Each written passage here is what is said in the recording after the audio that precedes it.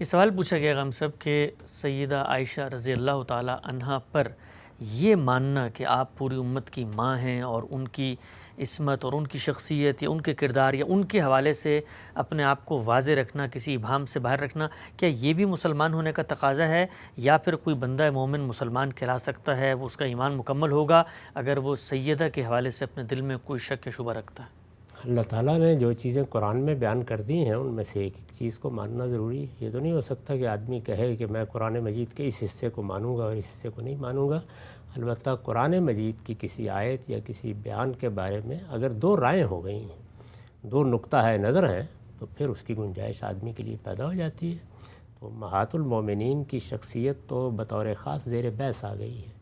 اور یہ بتا دیا گیا ہے کہ وہ ہماری مائیں ہیں اور ہمارا رویہ ان کے ساتھ وہی ہونا چاہیے جو وفادار بیٹوں کا اپنی ماؤں کے ساتھ ہوتا ہے۔ انہی کے حوالے سے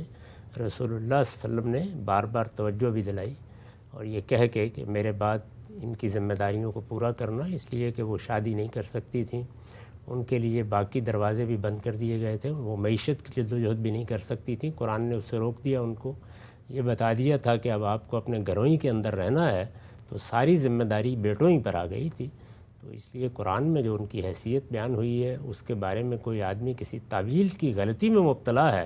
تو وہ جانے اس کا پروردگار۔ مجھ پر تو اس معاملے میں کوئی وہاں مدنہ بھی رہتا، بالکل واضح ہے، ان کو میری ماؤں کی حیثیت سے پیش کیا گیا ہے، اسی حیثیت سے مجھے ماننا بھی ہے۔ یہ اللہ کا حکم ہے، اس کا تعلق سیدہ عائشہ سے یا کسی ایک